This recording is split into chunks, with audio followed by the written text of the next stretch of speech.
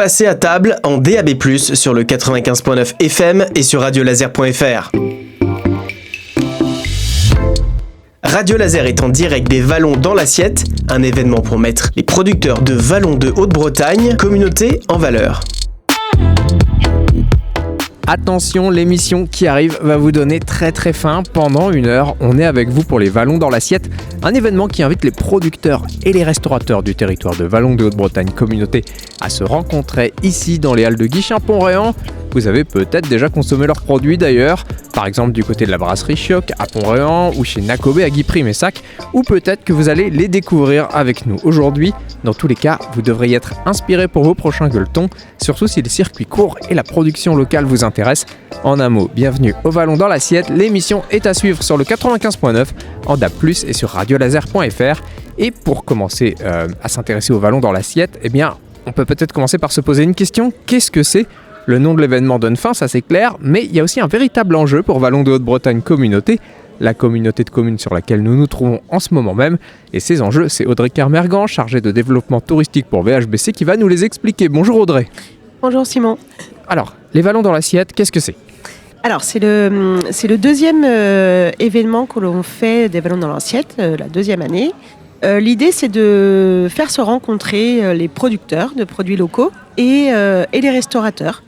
Donc, les producteurs sont des producteurs du territoire de Vallons de Haute-Bretagne communauté et les restaurateurs peuvent venir de partout puisque l'idée, c'est qu'ils mettent un petit peu de vallon dans leurs assiettes. On les entend Audrey, ils sont derrière nous en train de voilà, discuter. Les discussions sont en route. L'idée est vraiment un temps d'échange.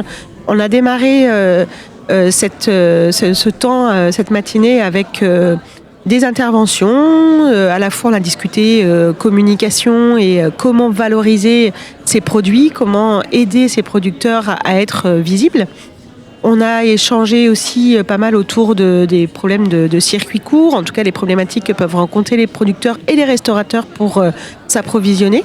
Donc il y a eu des échanges autour de cela assez... on a vu pas mal d'expériences, d'ailleurs, de retours d'expérience qui ont été donnés. Donc des vrais enjeux autour de ce circuit court. Et puis donc on a eu 2 interventions justement toujours sur la communication avec l'agence Crescent qui est sur Rennes et qui anime aussi des médias, qu'on appelle des food médias, donc sur les réseaux sociaux et qui a donné aussi des clés, on va dire, aux producteurs ou aux restaurateurs pour être toujours de plus en plus visibles et comment conserver une image sur les réseaux sociaux et sur Internet pour la concurrence étant rude, c'est difficile. Et puis surtout, il y a tellement de choses maintenant sur tous les médias que c'est difficile de rester visible. En tout cas, cet événement, il répond aux questions que les producteurs, j'imagine, se posent sur le territoire. Vous avez longuement discuté avec eux avant qu'on se mette ensemble sur le plateau. Tout ça, c'est basé sur leur questionnement à eux. C'est ça. C'est-à-dire que l'année dernière, on avait fait plutôt un temps ouvert, un temps d'échange. Et du coup, la matinée de cette année, on l'a vraiment construite autour des échanges qu'on avait eu l'année dernière et des problématiques qu'ils rencontraient. Bon, nous, on va découvrir ce qu'ils font, mais Audrey, vu qu'on a la chance de vous avoir en plateau et que vous représentez aujourd'hui Vallons de Haute-Bretagne communauté, je rappelle que vous êtes chargé de développement touristique pour la communauté de communes, peut-être qu'on peut parler des outils que la communauté de communes a pour qu'on puisse, nous, en tant que citoyens, s'intéresser à ces producteurs. Je sais qu'il y a des choses qui sont en place. Voilà. Donc aujourd'hui, on a sur le site internet de l'Office de tourisme Vallons en Bretagne une carte interactive avec les producteurs locaux. Et donc, c'est un peu cette carte qu'on leur a présentée ce matin qu'on a envie de rendre plus fiable et surtout plus interactif pour que les producteurs eux-mêmes aillent rentrer leurs informations sur quel marché ils vont, s'ils font des visites à la ferme ou des visites de manière ponctuelle ou des animations. On veut vraiment que cette carte devienne la plus complète possible. Donc on va leur proposer à la suite de cet événement des Vallons dans l'assiette un outil où on va voir les résultats se former sur le site internet au fur et à mesure que les producteurs rentreront leurs informations. Et puis donc vous avez toujours au niveau plutôt volet restaurateur là et et un guide qui s'appelle le Guide des bonnes adresses. Donc l'édition 2026 vient de sortir. Il est tout chaud de l'imprimerie de la semaine dernière. Et donc là, vous retrouvez toute l'offre de restauration sur le territoire. Ça, c'est intéressant, même si on habite sur le territoire et qu'on n'est pas touriste, où est-ce qu'on le trouve ? Alors, on le trouve pour l'instant sur le site internet Vallons en Bretagne. Vous les trouverez dans les offices de tourisme dès qu'ils vont ouvrir aux prochaines vacances de printemps, donc à Guipry-Messac et Loéac. Et puis sinon, après, ils vont être distribués dans toutes les mairies et voilà. Et puis à la demande à l'office de tourisme, bien sûr. Et puis ça vaut le coup de s'y intéresser, notamment si vous produisez dans votre coin et que vous n'êtes pas encore connecté avec les autres producteurs locaux. Vous parlez de mettre en place des circuits éventuellement un jour pour aller découvrir tous les produits qu'on propose ici. C'est un petit peu ce qu'on a proposé ce matin. On aimerait avoir des balades gourmandes. Et puis, on voudrait aussi aider peut-être certains producteurs à mettre en place des visites guidées de leur ferme. Il y a un producteur ce matin qui disait que justement c'était hyper intéressant que dès qu'on venait visiter leur ferme, il y a un contact qui se crée. Et les choses aboutissaient en fait une fois qu'on était allé sur place et qu'on avait vu. On veut vraiment les accompagner pour ouvrir leur ferme et qu'ils puissent accueillir les gens et pourquoi pas avoir des circuits si on a plusieurs producteurs sur le même réseau, sur la même commune, de pouvoir proposer ça aux gens de passage et aux habitants. Et rien qu'avec tous les gens qui sont ici dans les halles avec nous aujourd'hui, on voit qu'il y a de quoi faire. Audrey, avant de se quitter, peut-être un mot sur la saison touristique qui s'amorce là. Donc vous évoquiez la réouverture des offices de tourisme, ça va se passer bientôt ? C'est ça, on va ouvrir l'office de tourisme de Loéac, donc à côté du manoir de l'automobile, le 11 avril. Donc samedi 11 avril. Et on ouvrira celui de Guipry-Messac le 14 avril. Vous et vos équipes, vous pouvez venir en parler à la radio un peu plus en longueur quand vous voulez, mais est-ce qu'il y a des nouveautés cette année à connaître Alors, on sera encore pour Guipry-Messac dans le local derrière chez Jean Bicyclette. On n'a pas encore pu intégrer nos locaux suite aux inondations de l'année dernière. Les travaux sont en cours. Et sinon, donc, toujours... des endroits où vous pouvez trouver justement les produits locaux avec les boutiques qui sont à disposition et puis de la billetterie pour pouvoir participer à tous les grands événements du territoire et d'ailleurs puisqu'on a des acteurs maintenant qui viennent au Vallon en Bretagne proposer leur activité d'un peu partout. On a à Loéac, forcément, on va être partenaire du rallycross pour ses 50 ans. C'est vrai, ça va être cette année. Un grand événement qu'on va suivre aussi et on n'a pas hâte d'y être parce que sinon ça va trop vite passer. Parce il y a l'été avant, il y a toutes les vacances. Fin de saison. Mais en tout cas, on va être partenaire. Et puis donc là, plus récemment, avant l'ouverture des offices, on va participer à la foire exposition de Rennes. Donc on va être pendant 9 jours avec les partenaires de l'office de tourisme et Radio Laser d'ailleurs. Oui, on sera sur place. Voilà. On sera au plus près des Rennais et de tous les visiteurs de la foire exposition de Rennes du 21 au 29 mars. Bon, et puis il se passe plein de choses sur le territoire cet été. Si vous n'avez pas la chance de partir en vacances, on le rappelle, vous n'avez pas besoin d'être touriste pour profiter de tout ça. Donc vous pouvez venir. Rendez-vous tout simplement pousser la porte des offices de tourisme dont on a discuté avec Audrey Kermergan. On va maintenant aller chercher un petit peu les producteurs. Là, je vois qu'il y a de la dégustation qui a commencé d'un peu tous les côtés. J'espère en profiter aussi. Alors, on va faire une petite pause. Audrey, vous avez repéré un produit que vous avez envie de goûter ou que vous connaissez pas encore peut-être ? Eh bien, non, je les connaissais tous quand même. Bah oui, forcément, ouais. Mais il y a des nouveautés. Il y a des plantes aromatiques, il y a des épices. On a deux producteurs qui sont récents, dont une qui est en cours d'installation. Et qui sont assez prometteurs avec des très bons produits. Bon, on va tâcher d'aller découvrir tout ça. Je vous remercie Audrey Kermergan. Je rappelle que vous êtes chargée de développement touristique pour Vallons de Haute-Bretagne Communauté, que vous êtes en partie avec votre équipe à l'origine de l'organisation de ce moment, les Vallons dans l'assiette. Merci à vous. Merci Simon. Cuisine, culture et découverte, Radio Laser vous invite au Vallons dans l'assiette avec Vallons de Haute-Bretagne Communauté. Une émission à suivre en direct, en DAB+, et sur radiolaser.fr. Comme promis, on est de retour ici à ce forum Les Vallons dans l'assiette au cœur des Halles de Guichen. Et j'ai une première productrice qui m'a rejoint en plateau et vous ne la connaissez peut-être pas encore. Elle va vous expliquer pourquoi. Son nom, c'est Brenda Magère et elle est dans la production de plantes aromatiques du côté de Bourg-des-Comtes. Bonjour Brenda. Bonjour. Alors je disais qu'on ne vous connaît pas encore parce que là vous êtes fraîchement en cours d'installation. Et je commence à planter dans un mois. Ah oui, donc ça n'a même pas encore vraiment commencé. Ça n'a pas vraiment commencé. En tout cas, la production n'a pas commencé. Après, les tests sur les produits finis ont commencé déjà depuis quelques mois. Parce que c'était pas le moment pour planter ou on peut planter toute l'année des plantes aromatiques? Comment ça se passe? Non, comme beaucoup de plantes, ou comme les maraîchers peut-être aussi, en tout cas la majorité des choses en maraîchage, plutôt on commence fin avril, début mai. Donc là, en tout cas, sur les plantes aromatiques, c'est plutôt cette période-là. Très bien, alors vous êtes du côté de Bourg-des-Comtes, où est-ce qu'on vous trouve, où est votre exploitation? Eh bien, j'exploite dans un lieu-dit qui s'appelle La Pionnet, qui est entre Bourg-des-Comtes et Pléchâtel, entre Bourg-des-Comtes et Poligné, juste entre ces deux axes-là. Bon, alors j'imagine que les plantes aromatiques, c'est quand même tout un monde, que c'est assez large, donc qu'est-ce que vous allez vous faire pousser?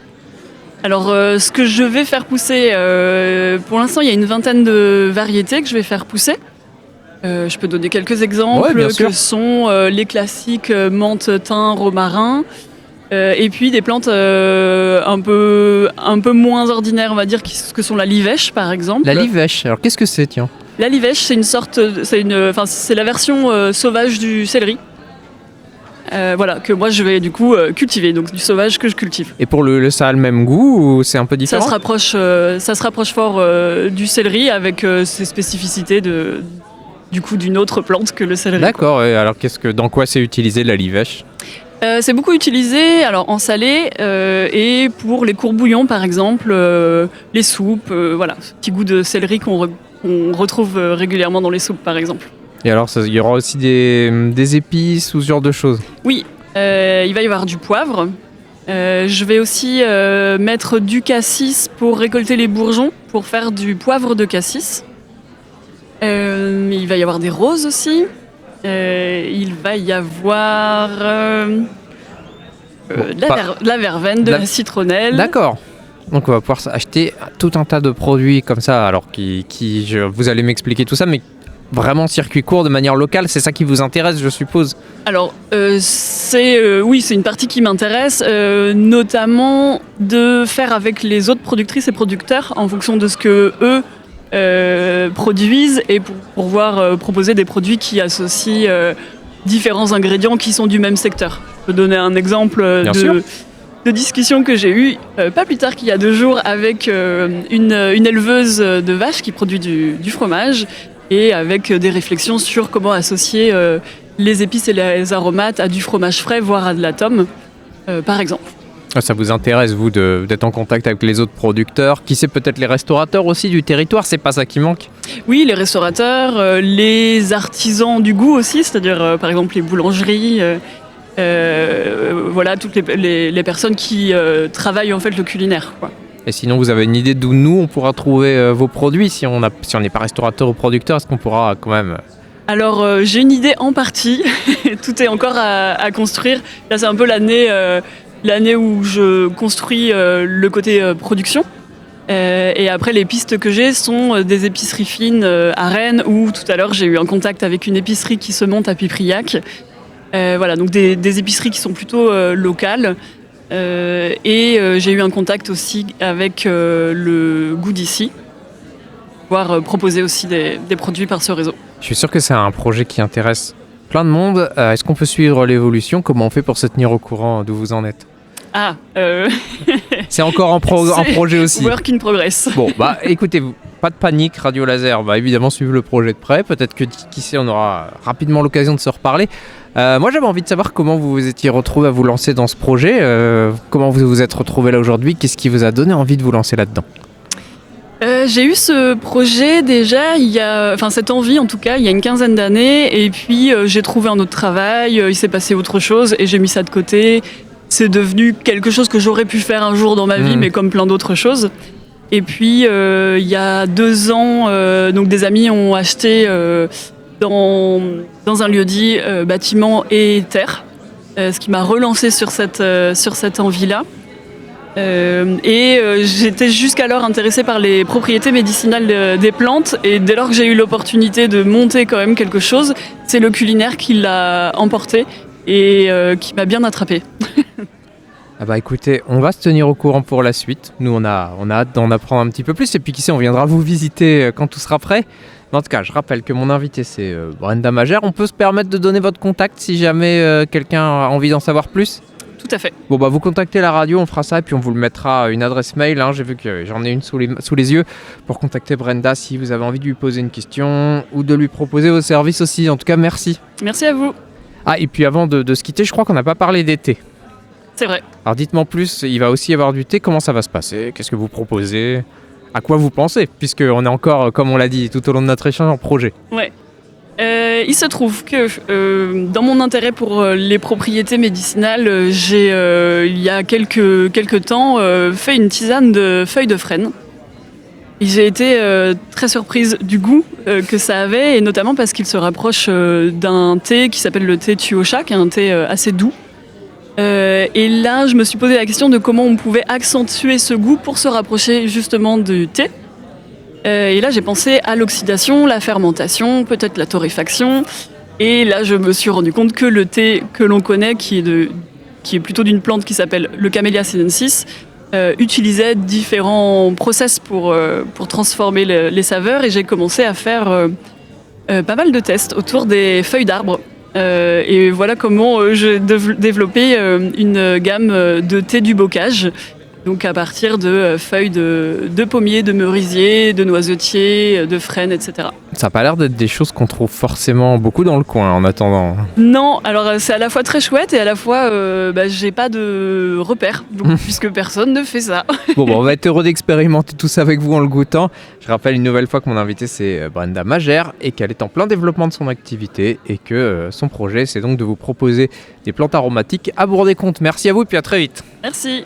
Passez à table en DAB+, sur le 95.9 FM et sur radiolaser.fr. Radio Laser est en direct des Vallons dans l'assiette, un événement pour mettre les producteurs de vallons de Haute-Bretagne, communauté en valeur. J'étais rejoint par une nouvelle personne présente ici pour échanger avec différents producteurs, différents restaurateurs. Son nom c'est Emmanuel Bertin, il est installé à Guichen-Pont-Réan depuis 16 ans si je ne me trompe pas. Il va tout préciser si jamais je me trompe. Le nom de son exploitation, puisqu'il est agriculteur bio, c'est Illégraines. Il propose ce qu'il appelle une alimentation humaine et je pense que le mieux c'est qu'on l'écoute. Emmanuel Bertin, bonjour. Bonjour. Alors une alimentation humaine, qu'est-ce que c'est ? Alors c'est tout d'abord être producteur, agriculteur bio sur Guichen et avoir axé son exploitation vers l'alimentation humaine essentiellement. C'est-à-dire que toutes les cultures présentes sur le parcellaire sont conduites en association et auront une destination alimentation humaine. Quand vous parlez de conduite en association, je veux bien qu'on explique ce que c'est. Association de culture, donc c'est choisir une protéagineuse ou une légumineuse, l'accompagner d'une céréale et ensuite de l'accompagner pour accompagner ces deux graines d'une oléagineuse. Ce qui permet d'avoir une variété de plantes qui auront des rôles bien différents et qui pourront vivre ensemble sur la même parcelle. D'accord, donc vous créez vraiment un endroit où on va trouver sur très peu de surface beaucoup de choses très différentes alors. Oui, alors déjà c'est pour aussi occuper au maximum le sol et en cours de culture permettre à la biodiversité, tout ce qui est auxiliaire, insectes, de pouvoir vivre tranquillement dans un environnement où les plantes sont plus ou moins en symbiose. Et vous, en tant que maraîcher, je peux le dire, vous êtes en partie maraîcher, non? Non, je suis plutôt agriculteur. Oui, pardon, désolé, voilà, je cherchais ce mot-là, agriculteur évidemment. Est-ce que c'est simple à travailler, un lieu comme ça, où il y a autant de biodiversité sur si peu sur l'espace que vous avez en tout cas? Alors simple, non, c'est pas simple, parce qu'il faut bien choisir ses périodes de semis, car la réussite de la culture dépend vraiment de la date de semis et des conditions dans lesquelles on a semé les graines. Il faut absolument que les sols soient bien réessuyés pour que la levée soit optimale et c'est ce qui apportera en garantie le rendement. Maintenant, nous sommes en agriculture biologique, les rendements ne sont jamais des rendements très conséquents, mais le fait d'avoir 3 plantes différentes, ça peut nous amener à des rendements variés d'une plante à l'autre et qui permet à chacune de trouver un débouché et une valorisation qui pourrait amener un revenu suffisamment supportable ou confortable pour l'agriculteur. Et où est-ce que vous en êtes dans ce processus au moment où on se parle ? Eh bien, aujourd'hui, tout ce qui est culture d'automne ont été semés en association. Par exemple, on a des févroles, blé et lin qui se conduisent qui se passent relativement bien. Et le peuplement est assez homogène, très, très, très couvert. Et pour le printemps, il y a des nouvelles associations qui vont rentrer sur le parcellaire à compter du mois de mars-avril, qui seront... par exemple, lentilles, lin et cameline, qui seront aussi petite épeautre cameline et blé de printemps et lin. C'est fou de se dire que tout ça cohabite au même endroit. Oui, c'est vrai que... Mais je trouve que c'est aussi permettre aussi de changer les techniques de travail. Par exemple, moi, quand je pars sur des associations de culture, je fais le choix aussi de ne plus désherber. Donc ça veut dire qu'à la récolte, il va y avoir un ensemble de graines, désirables comme indésirables, qui vont être séparées au Donc vous moment devez faire le tri. Oui, c'est ça. Il y a un pré-nettoyage qui est fait à la récolte. D'accord, vous faites comment ce tri ? Il y a des machines ou vous le faites à la main ? C'est une machine qui le fait. Donc sorti du champ, on amène le lot sur l'exploitation et le lot va passer dans un trieur séparateur. C'est ce qu'on appelle trieur séparateur. Parce qu'il a deux planches de grille avec des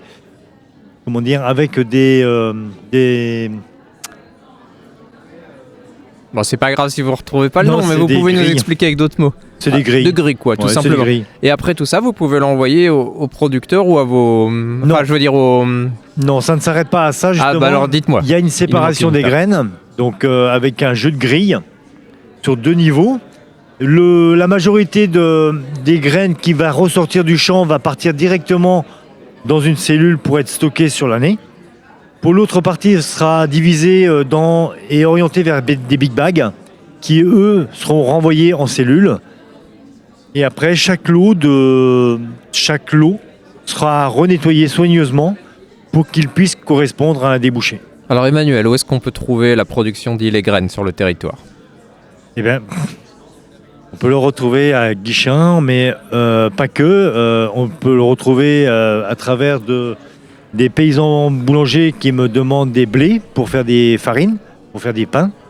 On peut retrouver aussi mes produits chez des minoteries, comme les Moulins de Chancor, qui sont un très gros acheteur. Nous avons aussi les marchés qu'on fait, nous, aujourd'hui, sur Rennes, principalement, puisque sur l'exploitation a été créée une gamme de produits alimentaires à destination du consommateur. Donc je la représente sur les marchés des Lys et prochainement peut-être Sainte-Thérèse. Sinon, je suis aussi présent au marché de Guichen le jeudi soir et le lundi à Saint-Snou, mais un week-end, enfin une semaine sur 4. Ah bah, il suffit d'ouvrir l'œil, vous croiserez Emmanuel Bertin. Je rappelle qu'il est donc agriculteur bio. Ça fait 16 ans, hein, c'est ça ? 16 ans, exact. Ah bah écoutez, voilà. Et le nom de l'exploitation, c'est donc Île et Graines. Merci à vous, Emmanuel. Merci beaucoup. Au revoir. Cuisine, culture et découverte, Radio Laser vous invite au Vallon dans l'assiette avec Vallon de Haute-Bretagne Communauté. Une émission à suivre en direct, en DAB+, et sur radiolaser.fr. Les Halles dans l'assiette sur Radio Laser en direct sur le DAB+, sur radiolaser.fr ou sur le 95.9. On vous rappelle que ce forum, il permet à des producteurs locaux de rencontrer des restaurateurs ou tout simplement d'échanger sur leurs pratiques, de se faire goûter leur production. Et parmi les producteurs présents ici, eh bien, mon invitée, Angélique Caresmel, elle travaille du côté de Guignin avec sa pâtisserie Equicroc. Elle fait aussi partie des Halles en Cavale, l'association qui connecte tous les producteurs qui viennent le jeudi ici dans les Halles de Guichen. On va en reparler un petit peu avant, mais avant on va parler pâtisserie avec elle. Surtout pas n'importe quel type de pâtisserie puisqu'elle a à cœur notamment de proposer des produits non sucrés. Est-ce que j'ai bien expliqué, Angélique ? C'est très bien, bravo. Alors, je vais peut-être vous laisser aller un peu plus loin que ma description un peu sommaire. Exactement. Et qui croque effectivement l'équilibre à croquer qui a maintenant bientôt 4 ans. Et effectivement, je produis des biscuits et pâtisseries sur Guignen et je les propose ensuite sur les marchés locaux et en une vingtaine de points de vente maintenant sur le territoire justement des Vallons. En plus d'un site internet marchand pour effectivement le proposer au niveau français totalement. L'idée, c'est de travailler que des sucres non raffinés, des farines fibrées et complètes, de façon justement à proposer des choses moins sucrées en bouche, mais surtout beaucoup plus saines, puisqu'on aura la fibre des céréales qui vont faire éviter les pics glycémiques et favoriser la digestion. Voilà, l'idée, ça va être de proposer des classiques. Je pense aux cookies, par exemple, qui est un de vos produits phares, mais dans une version un petit peu différente. Ouais, au niveau de la biscuiterie, effectivement, on retrouve des sablés, des biscuits classiques type cookies, mais la grosse nouveauté, justement, 2025, donc on n'est qu'au début 2026, il faut encore le faire savoir, c'est la pâtisserie fraîche. Donc aujourd'hui, maintenant, sur les marchés, mais aussi en direct, en récupération au labo ou sur commande pour des événements même de plus grande envergure. Aujourd'hui, Equicroc est capable de proposer les grands classiques de la pâtisserie française, justement, les entremets, mais aussi tout nouveau depuis 2026, tous les choux. Donc des Paris-Brest, des éclairs, des choux, vanille, chocolat, et donc tout ce qu'on veut. Quand vous allez proposer tous ces produits-là, il faut réfléchir à comment les proposer différemment à chaque fois. Donc ça doit être une sacrée gymnastique. Ouais, il y a beaucoup de R&D au développement. Vraiment, la R&D fait partie de notre métier vraiment à 100% au sein du labo Equicroc. Je suis maintenant accompagnée en plus justement d'un pâtissier au labo pour pouvoir proposer tout ça et pouvoir faire tous ces tests-là justement de farine, de sucre, parce que ça se fait pas comme ça du jour au lendemain avec les recettes. Ouais, exactement, on développe tout en fait. Donc là, je vous parle d'un Paris-Brest, c'est nous qui faisons le praliné, le chou est avec uniquement de la farine complète. C'est des problématiques justement qu'on doit voir en amont. Oui, nous on découvre le produit terminé une fois que vous en êtes contente, mais j'imagine qu'il y a beaucoup d'expérimentation. Là vous vous dites non, je l'ai pas encore. Non, il y a beaucoup de tests, on goûte beaucoup. Oh là là. Bon, c'est bien c'est déjà. Quand ça marche bien, c'est bien en tout cas. Exactement. Et où est-ce qu'on trouve vos produits alors, Equicroc ? Alors du coup, Equicroc, effectivement, je suis présente au marché de Langon le mardi soir, de Guichen, justement dans les Halles, on en parlait, où on se trouve actuellement pour ce beau forum du producteur. De 16h à 19h avec l'association des producteurs locaux de Guichen, donc les Halles en Cavale. On va en parler un petit peu après. Et ensuite, je suis le samedi matin à Laillé. Sur la place de la mairie. Et ensuite, une vingtaine de revendeurs sur le territoire des Vallons qui sont référencés sur mon site internet, de façon justement à savoir où me retrouver, à quel moment en direct, mais aussi en indirect quand on a envie d'offrir des bons produits ou tout simplement se faire plaisir. Voilà, ça vaut le coup de s'intéresser à une manière alternative de proposer la pâtisserie. D'ailleurs, vous sentez les habitants du territoire réceptifs à ce que vous faites ? Ouais, complètement. Et d'ailleurs, il y avait au démarrage une envie de faire tout simplement ça pour une question de santé, puisque je suis moi-même diabétique de type 1. Et finalement, je me rends compte que la clientèle est beaucoup plus large, beaucoup plus réceptive. Ouais. Bien sûr. Et tant mieux, parce que c'est ce qu'on veut faire savoir aujourd'hui. Et c'est aussi pour ça que je suis là ce matin. C'est vraiment ce côté bien manger. Et en fait, je me rends compte que c'est la problématique de beaucoup de structures, et tant mieux. Et comme ça, je peux justement y répondre. Et ça va bien au-delà du diabète, puisqu'on est tous concernés finalement par cette typologie d'alimentation aujourd'hui. Donc voilà, vous proposez une manière de se faire plaisir, mais sans se priver en fait. Est-ce qu'on peut synthétiser votre travail comme ça ? C'est complètement ça, ouais. C'est pour ça que ça s'appelle l'équilibre à croquer, tout simplement SAIN. J'ai envie d'avoir une petite indiscrétion, mais vous me disiez que vous étiez un peu tout le temps en train d'expérimenter des choses. Est-ce que vous développez d'autres propositions, d'autres pâtisseries en ce moment ? Ouais, alors ça va être sur la partie biscuiterie où il va y avoir un gros teasing pour Radio Laser. Je travaille déjà une farine issue du brassage de la bière qui s'appelle la drèche. Et l'idée, c'est de favoriser justement une farine très fibrée, complète, puisque c'est uniquement la coque du céréal en fait qui reste en fin de cuve de brassage. Et il y a eu beaucoup de R&D pour en sortir des biscuits justement. Donc on appelle à la farine de drèche, et ils vont bientôt sortir sur une édition beaucoup plus intéressante en format mini à présenter justement aussi chez les revendeurs et pas uniquement sur les marchés. Donc ça va être vraiment une très belle découverte et une belle alternative aux farines, et en plus du coup complètement éco-responsable, puisque c'est des choses qui sont aujourd'hui en fait balancées tout simplement, quoi. Et en matière de goût, ça va apporter quoi ? Eh bien c'est très fibré, très céréalier. finalement, puisque c'est que la coque du céréal. Les sucres sont restés dans la bière en fait durant le brassage et c'est uniquement la coque du céréal. Donc en termes de goût, ça apporte vraiment cet aspect très céréal et du coup un peu houblonné. Voilà, c'est très sympa en bouche. Bon, Angélique, comme j'ai la chance de vous avoir, on va s'intéresser aussi au Halles en Cavale dont vous faites partie et qui croque est présent le jeudi ici dans les Halles. Rappelez-moi les horaires du marché. 16h-19h. 16h-19h et vous êtes donc il y a à peu près un an maintenant, je crois, fédéré en association. Et vous pouvez nous rappeler pourquoi vous avez fait ce choix? Oui, alors effectivement, les Halles en Cavale, c'est tout simplement tous les producteurs locaux présents le jeudi soir dans les Halles. Mais aujourd'hui, bien plus, parce qu'en fait, on a créé cette association en janvier 2025 pour justement mutualiser. Donc, c'était tout l'objet aussi de ce forum ce matin ici avec Vallon de Haute-Bretagne, effectivement, mais en fait c'était complètement notre idée, nous, un peu en anticipation de tout ça, puisque c'était janvier 2025 que nous avons créé l'association de façon à faire découvrir justement aussi nos savoir-faire et pas uniquement nos produits finis. Donc l'année dernière, on a fait 2 événements à la ferme, une chez un de nos maraîchers et l'autre chez le fromager l'année dernière, de façon à faire des ateliers métiers. Donc on a cuit tous nos produits en direct, on a proposé la restauration uniquement avec nos produits locaux, etc., qu'on vend le jeudi soir dans les Halles.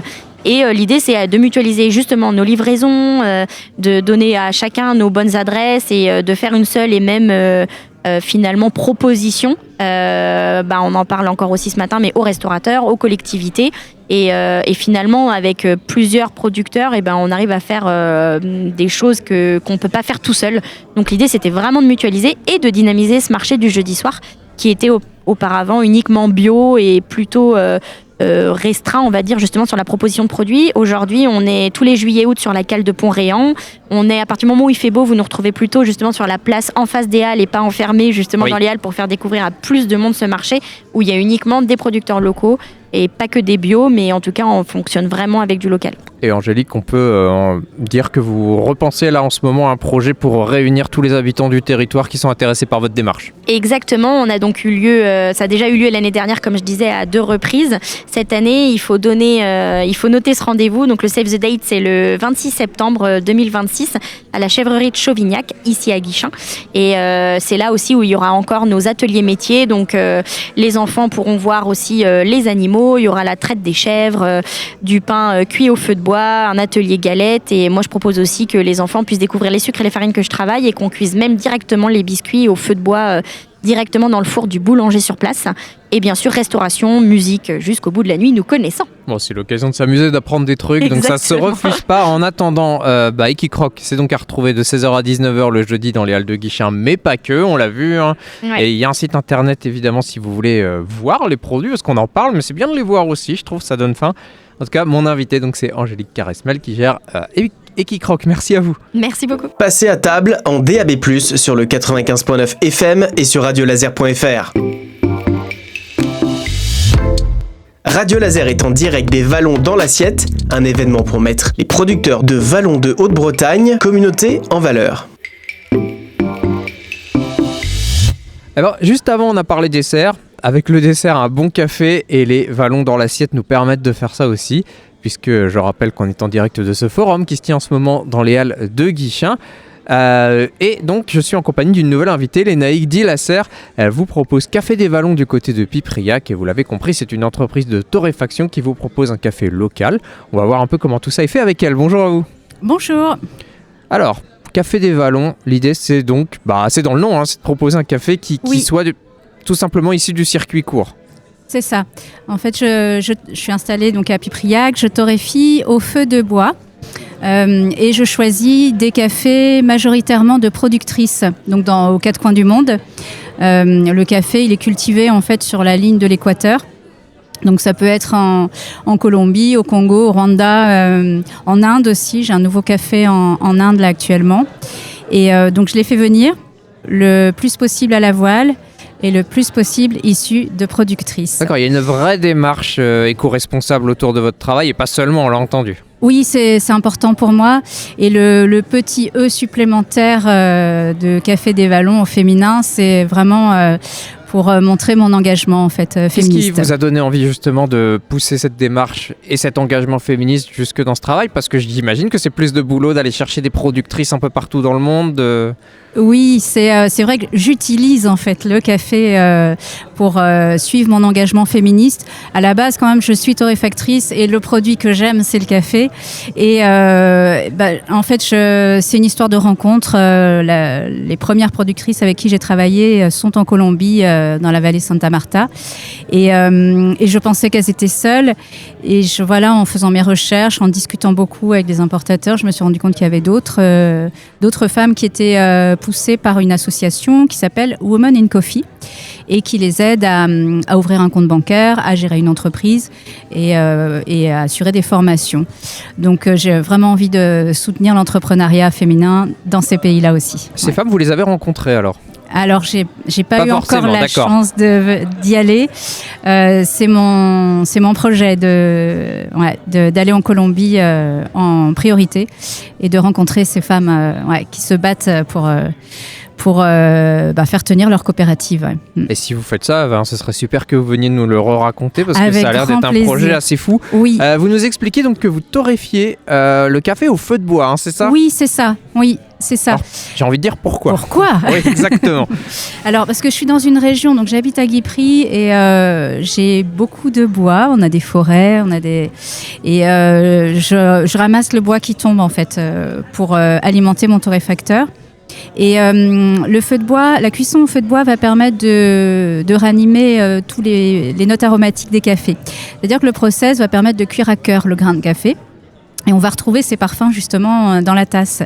Et je trouve que le résultat est vraiment immensément riche en arômes. En termes de goût, on sent une vraie différence. Oui, et puis il y a le côté artisanal aussi qui me plaît beaucoup.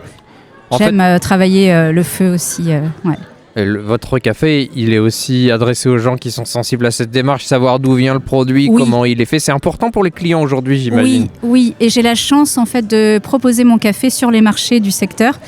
Et c'est vrai que les clients du marché sont très friands de bons produits quand ils vont faire leurs courses, que ce soit en légumes, en fruits. Le café fait partie aussi de leurs achats hebdomadaires et ce sont des gens qui sont très amateurs, très amatrices. Ouais. Alors il y a des marchés où est-ce qu'on peut trouver d'autres cafés des Vallons? Et je le rappelle, vous l'avez précisé vous-même, il y a un E en plus à café pour justement faire écho à votre démarche féministe. C'est ça. Alors vous pouvez me retrouver le lundi à Redon, le lundi matin à Redon, le mercredi à Châteaubriand, le vendredi à Guémené-Pinfo, le samedi à la Gacilly et le dimanche à Noyal-Châtillon-sur-Sèche. Parfait. Puis sur place aussi, je sais que vous êtes assez ouverte à l'idée d'accueillir du public quand c'est possible. Oui, complètement. Demain matin, il y a un petit déjeuner à l'atelier. Donc c'est organisé par Vallon Solidaire. Et je crois que c'est complet. Il reste peut-être 2 ou 3 places si jamais quelqu'un... Au moment où vous écoutez ça, hélas, il y a peu de chances que vous puissiez réserver, mais qui sait, peut-être qu'on peut vous contacter pour une prochaine fois. Je pense que c'est encore possible. Bon. Ouais. Tentez. Écoutez, est-ce qu'il y a d'autres choses à dire, des projets que vous voulez mener Le micro est ouvert, on vous écoute, Lénaïque. J'aimerais continuer à ouvrir mon atelier comme on l'a fait l'année dernière aux vacances de la Toussaint. Montrer mon travail aux amateurs, aux amatrices. Alors c'est vrai que je ne peux pas le faire tout le temps, mais j'aime beaucoup partager en fait ce que je fais et partager mes choix aussi en matière de café. Donc venez me voir au marché aussi. Oui, il y a moyen de déguster Oui. Ah, super. Oui, vous pouvez goûter un espresso, un double, des lattés, des spécialités de café. J'allais dire, est-ce que vous avez un café qui représente bien ce que vous proposez Alors en ce moment, j'ai 2 nouveaux cafés. J'ai fait un assemblage maison de 3 cafés Bourbon. Bourbon, c'est une variété d'Arabica. Et donc c'est un assemblage Salvador, Brésil et Kenya, et très équilibré. Et on va retrouver beaucoup de gourmandise dans cet assemblage. Donc ça peut être chouette. Et voilà. Deuxième, mon café d'Inde de productrice aussi qui me tient à cœur. Donc venez le déguster. Merci Lénaïque Dilasser. Alors je rappelle qu'on vous retrouve du côté de Café et on le rappelle une nouvelle fois aussi, Café des Vallons, et que vous êtes du côté de Pipriac. Merci à vous. C'est ça, merci. Cuisine, culture et découverte, Radio Laser vous invite au Vallon dans l'assiette avec Vallon de Haute-Bretagne Communauté. Une émission à suivre en direct, en DAB+, et sur radiolaser.fr. On a bien mangé, on va boire maintenant ici en direct des vallons dans l'assiette. Je rappelle que ce forum, il se trouve ici à Guichin-Pont-Réan dans les Halles et qu'on vous propose une émission en direct à la rencontre des producteurs qui sont venus échanger ici. Et parmi ces producteurs, le producteur derrière Baies Sauvage, son nom c'est Clément Descottes. Hop, faudrait que je fasse le petit correctif. Son nom c'est Clément Descottes. Il est cueilleur de plantes sauvages transformées en boisson, ça vous l'avez compris. Et il va nous expliquer un peu son travail. Bonjour Clément. Bonjour. Donc Baies Sauvage, l'idée c'est de ramasser des plantes qui poussent à proximité d'où vous travaillez, mais pas forcément des plantes que vous cultivez, c'est des plantes que vous trouvez comme ça dans la nature sauvage, c'est ça ? Oui, voilà, c'est vraiment l'origine du projet, c'est d'aller dans la nature et cueillir les plantes qu'on trouve en bonne proportion pour en faire des boissons gourmandes, pour rafraîchir les plus gourmands. Mais ça peut être les plantes qu'on arrache dans son jardin en se disant j'en veux pas et je les enlève, vous les récupérez. Exactement, et la plante la plus commune à laquelle on pense justement en disant ça, c'est l'ortie. Moi j'en fais une boisson fermentée, voilà, une boisson qui pétille. Quel goût ça va avoir une boisson à base d'ortie ? Ça va être très herbacé, un peu sur l'amertume, boisson très sèche mais assez rafraîchissante parce que très, très peu sucrée, même pas du tout sucrée. Donc. Avec quelle autre plante vous allez travailler ? La plante que je travaille le plus c'est quand même la fleur de sureau. Je vais l'avoir vraiment sur toutes mes gammes, donc de la boisson fermentée pétillant jusqu'à la liqueur, sirop et aussi un petit confit gourmand pour les crêpes, les brioches en sucré salé. Voilà. Beaucoup de choses à faire, mais quand on travaille avec les plantes sauvages comme vous le faites, comment ça se passe ? Est-ce que vous avez un champ que vous laissez à l'abandon histoire d'avoir les plantes qui vous intéressent, ou alors est-ce que c'est beaucoup arpenter les routes du territoire et ramasser ?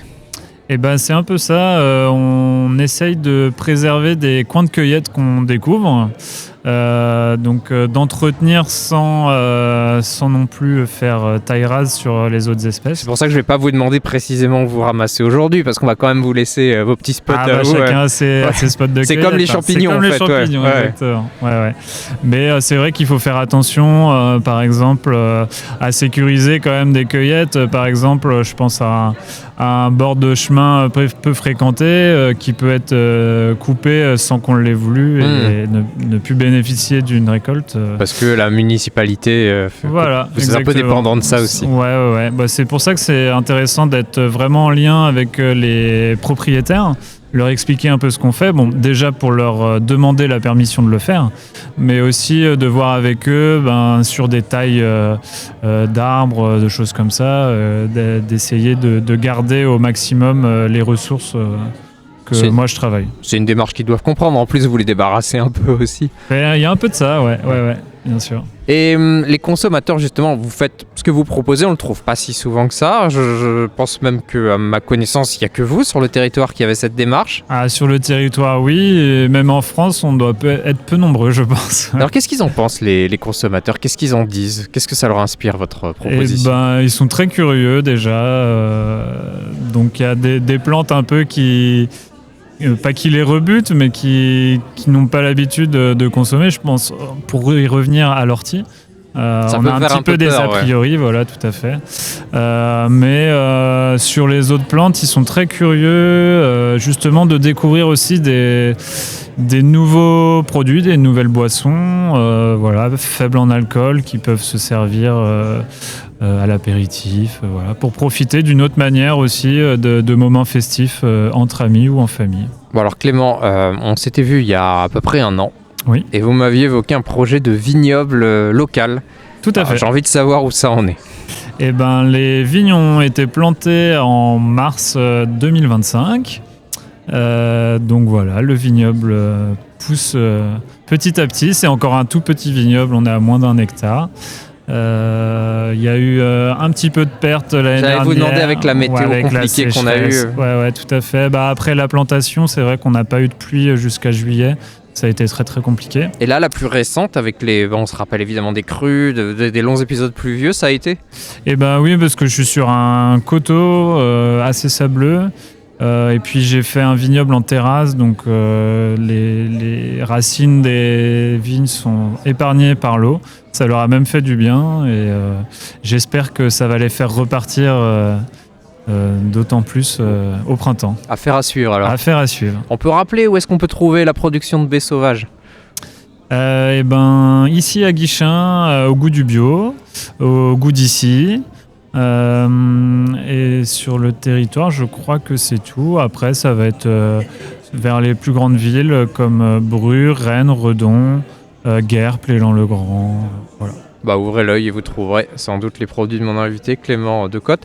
Je vous remercie en tout cas et puis à très vite. Avec plaisir, merci à vous, bonne journée. Cuisine, culture et découverte, Radio Laser vous invite au Vallon dans l'assiette avec Vallon de Haute-Bretagne Communauté.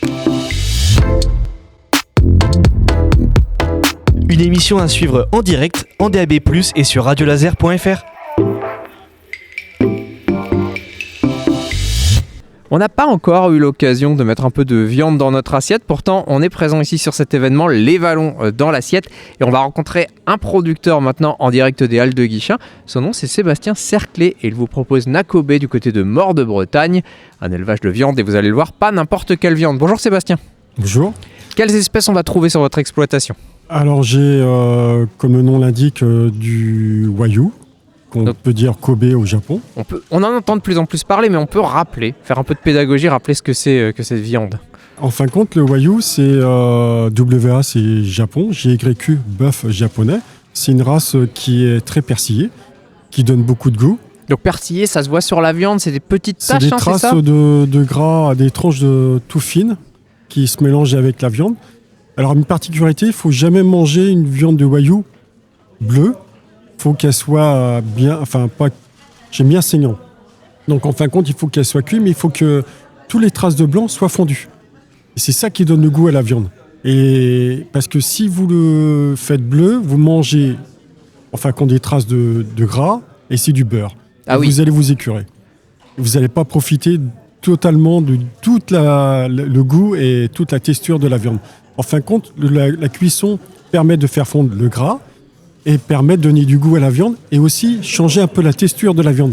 C'est ça qui fait la valeur de cette viande. C'est pour ça que c'est très prisé, il faut des conditions très précises pour que ce soit bon à manger. Exactement. Et qu'on a goûté du Wagyu, que ce soit en faux filet ou même en steak haché, les gamins, ils adorent, quoi. C'est à témoin de goût, c'est fondant. C'est dur de faire machine arrière quand on y a pris goût. Ah ben, généralement, les copains, ils reviennent sans arrêt parce que les gamins veulent que ce steak haché là maintenant. Ils veulent plus acheter celui-là qui est au supermarché. Et alors vous l'avez dit, c'est une viande qui vient plutôt traditionnellement du Japon, mais on peut élever les animaux dont on a besoin pour ça ici, en Bretagne. En fin de compte, le folklore japonais dit qu'ils vont manger de la bière. En fin de compte, c'est du sucre, c'est de l'amidon. Donc moi, je leur mets des pommes de terre et des céréales. Ensuite, on dit qu'on met de la musique. En fin de compte, c'est une race très calme. Oui, il y a plein de légendes urbaines autour de Voilà. cet élevage de bœufs. C'est vrai qu'on entend parfois qu'on leur met de la musique classique dans les étables ou ce genre de trucs. Oui, et en fin de compte, ce sont des animaux très dociles. Tu rentres dans la case et ils viennent te chercher, tu les caresses. Ils sont très, très affectueux, c'est une race vraiment docile. C'était des animaux de trait à l'époque au Japon, avant que ce soit élevé pour la viande. Et ensuite, c'est un animal qui est très calme et très docile. Et je fais également d'autres races. Je fais du yak. Oui. Donc le yak, ça vient du Tibet. Donc je les croise avec mes vaches laitières. Donc c'est une autre viande. C'est une viande très tendre et un goût différent. Comment vous décririez le goût du yak alors? Parce qu'on n'en a pas tous goûté. Hein.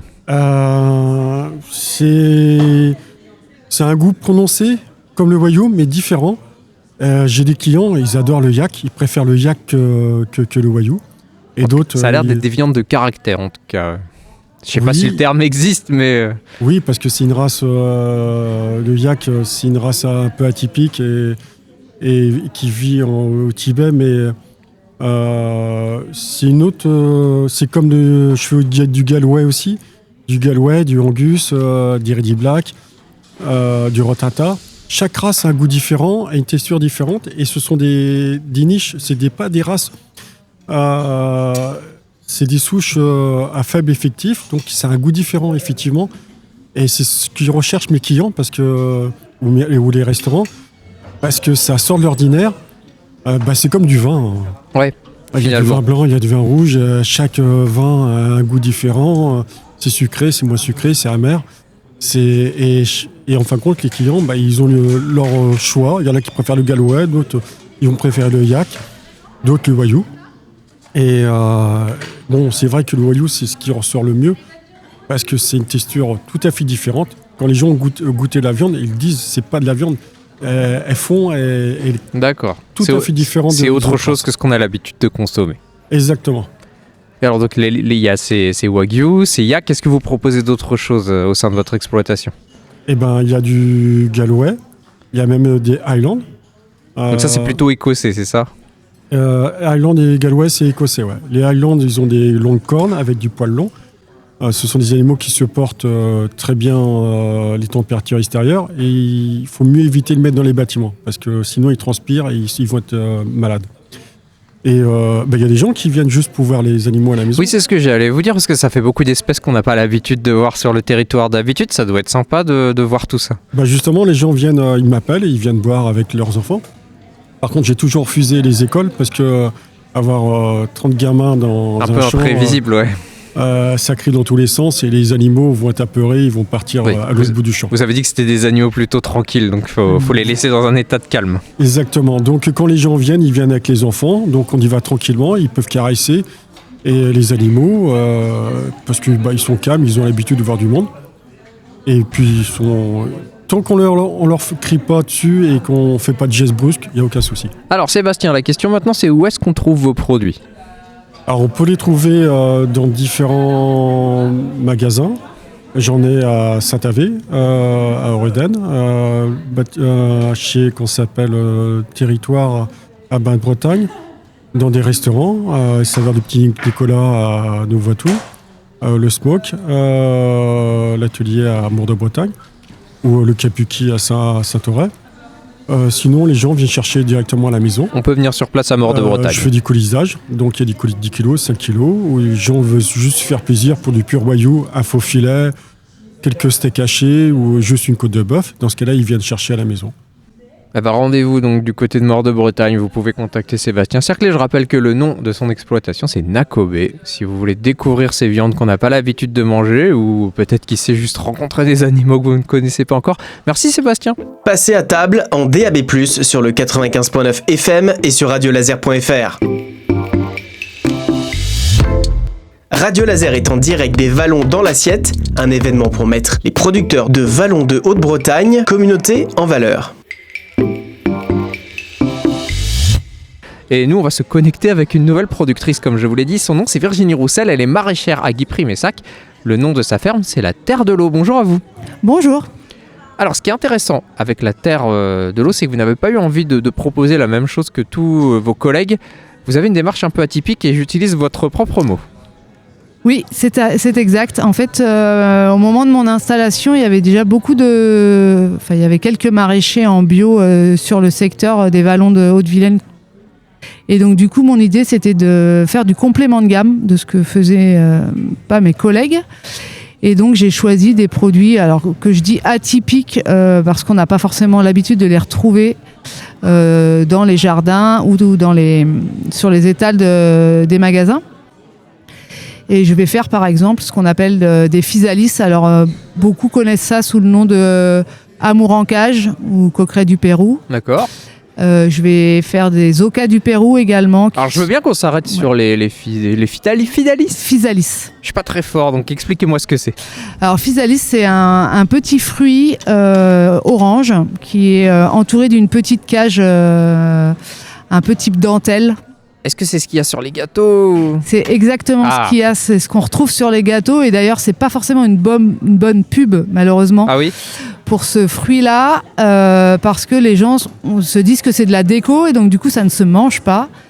Or quand c'est cueilli à maturité et que ça n'a pas subi des heures d'avion ou de bateau, c'est quelque chose qui est très goûtu et qui a un goût un peu exotique et qui est rempli de vitamine C et d'antioxydants. Donc vous voulez dire que si on veut enfin goûter ce fruit dans une version où c'est agréable de le manger, il faut passer chez vous? C'est ça. Alors, passer à la ferme ou plutôt passer dans les magasins type Biocop, Bain de Bretagne ou sur Rennes, ou le Goût d'ici. C'est là où on va trouver votre production à vous. Donc je rappelle, la ferme Terre de l'Eau. Vous proposez d'autres choses intéressantes, des petites courges individuelles, vous m'expliquez? Alors des petites courges individuelles au moment d'Halloween, au moment de la Toussaint, on a des petites courges type Jack B. Little, Patidou. Les noms vous diront pas forcément quelque chose, mais ça permet d'avoir des courges portions qu'on cuisine assez rapidement pour le soir, ou même quand on a des invités, chacun a sa petite courge dans son assiette et c'est assez sympathique. Et on parlait d'Halloween, vous pensez aussi à Noël? Et également à Noël, on va avoir des produits comme des oca du Pérou, de la poire de terre, des chayotes, aussi connus sous le nom de Christophine. Donc c'est des produits qui viennent des îles ou d'Amérique latine. Oui, alors ça, je sais que c'est des produits qui sont très mangés. Je pense à l'île Maurice, je crois, là-bas, ils sont assez friands de ça. La Réunion également. Également, tout à fait. Mais pourtant, on n'en mange pas beaucoup en France. En métropolitaine, en tout cas.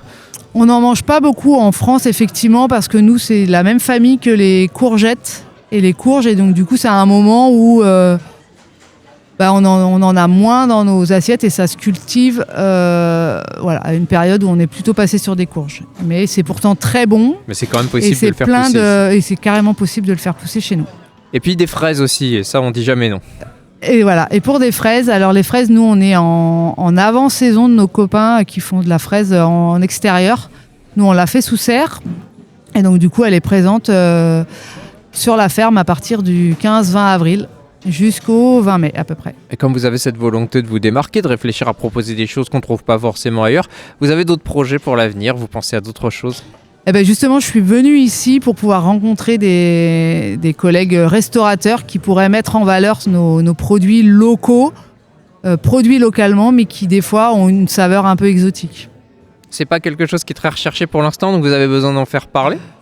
C'est toujours bien d'en faire parler localement. Et puis c'est vrai que les restaurateurs, des fois, n'ont pas le temps d'aller voir ce qu'on fait sur nos fermes. Donc on vient les voir. D'ailleurs, Virginie, comme avec vous, j'ai découvert des produits que je ne connaissais pas forcément aujourd'hui, des nouveaux légumes, des nouvelles choses. Est-ce que vous êtes intéressé par cette démarche de transmission? Inviter les gens à venir voir un peu comment ça se passe chez vous sur place ou...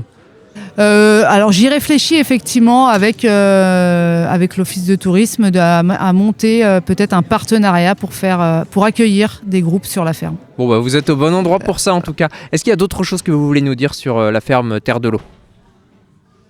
Non, bah si on a fait le tour, on peut se dire au revoir, vous inquiétez pas. Par contre, on peut aussi rappeler que, comme vous l'avez dit, donc on trouve vos produits dans les magasins bio, c'est ça? On trouve mes produits dans les magasins bio, à la Biocop de Bain de Bretagne, dans les Biocop sur Rennes. Et autrement, si vous voulez avoir plus d'infos, j'ai un site internet www.terredel'eau tout attaché lo@fr.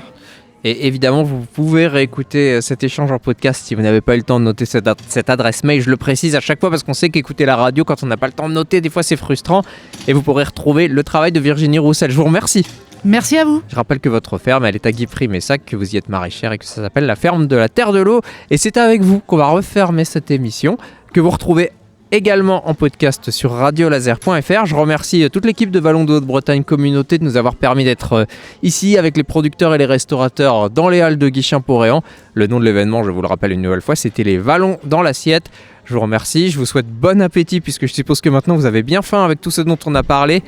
Merci à vous Virginie, avec qui on termine l'émission. Merci, bonne journée. Bonne journée.